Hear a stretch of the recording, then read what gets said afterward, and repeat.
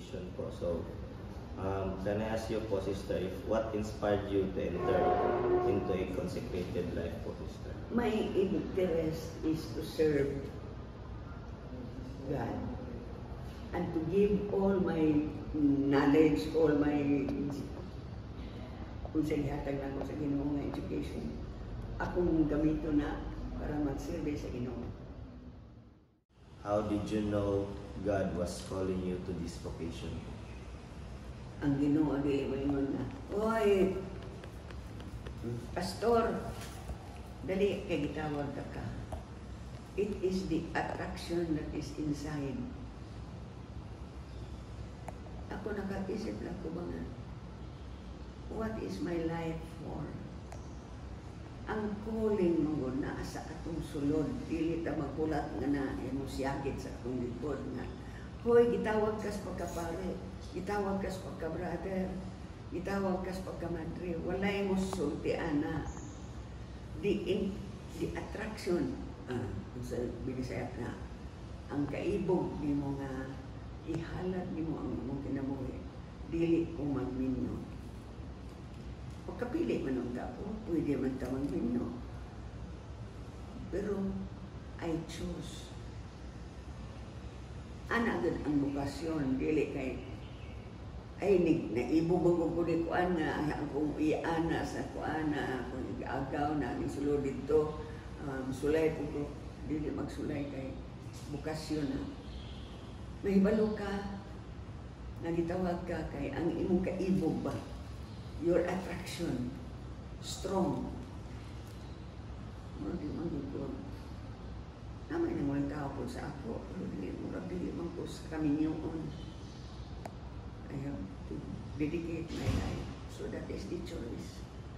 It does not come from outside. Ma-attract lang ka, makakita ka visually sa ibang padanaw. Nakita ka mga pare. Uy, nagkakari. Sayang na pare din, nakilaki man. Natural ang sinina. Pero magdala sa simbahan, magkaya ito pare. Kundi ko. So magsugod ang imong hunaw ni anak. So may tawag ni man ako, Lord. Murag, ganahan ko magpare, pero ganahan ko mga asawa. Ganahan ko narama ko yung girlfriend ko pa. Magkang-willing. Akong maayong negosyo, ang akong amahan, sundon ako ng negosyo. Niya mag-inyo ko. I will have a family of my own. Kana? Or, Lord, dili ko magbinyo. Kung sa kaha, magsulayan ko na ko, maganahan ko magpare ko. Kung kanang dili lang ko magpare, Lord, na ako'y brother. The same life na sila. The same life sa amo nga na-promise. Poverty, obedience, chastity. Poverty is property, hindi ka ka-own. Obedience is musunod ka. And chastity, hindi ka magninyo. Mahimo man din ako, Lord. Mura maganahan po kung kaan. Ambot lang. Hoy, eskwela usa, bata ka pa. Sige mo, eskwela usa ko. May daghang pong gwapa sa mga eskwelahan. Nga igat na po siya. Sunod-sunod sa ako. These are possibilities in your life. Dili kay possibilities. Mahitabo pa. Okay? You're studying in a college. Babad, siglaki man mong ipon diha. So, our call, mahibala na imo, kay attracted ka, interested ka. Kung wala kay interest kay, kapapuin mo na, misa-misa niya, dili na taka, gusto ko magpahubog-hubog pa. Daw tama po, magpahubog-hubog ka pare ka. So, naghantag, huna-unaon ba? Kana ang maghuna-unaon vocation. Ang attraction gikan sa sulod, dili gikan sa labas. Muabri lang ng imong attraction sa labas. Daghang pare, kapwa ko nila. sa mga kapulong magpare ko, sa mga kapulong madre ko. But the attraction inside should come. Dili kay naibog lang ka. Was it difficult to make the decision to dedicate your life to God po, sister? Sa ako, wala ko gilisdan. Because, isara ang akong tumong eh. I'm not going to get married because I'm offering my life to serve the church. Whatever is available, whatever is the call, tawagon mo po ganyan anak. Udilit lang ko na may uban magkalisod. Ganong maglisod bang ka nga, ikaw may mupili, ikaw may mo decide. Tunaan yun na mo ang imong attraction. Na-attract ka nga mag-brother or na-attract ka nga susunod mag-pare. Father, ang sa may inyong kuan. Nga, mutana ka, mag-istorya ang pare.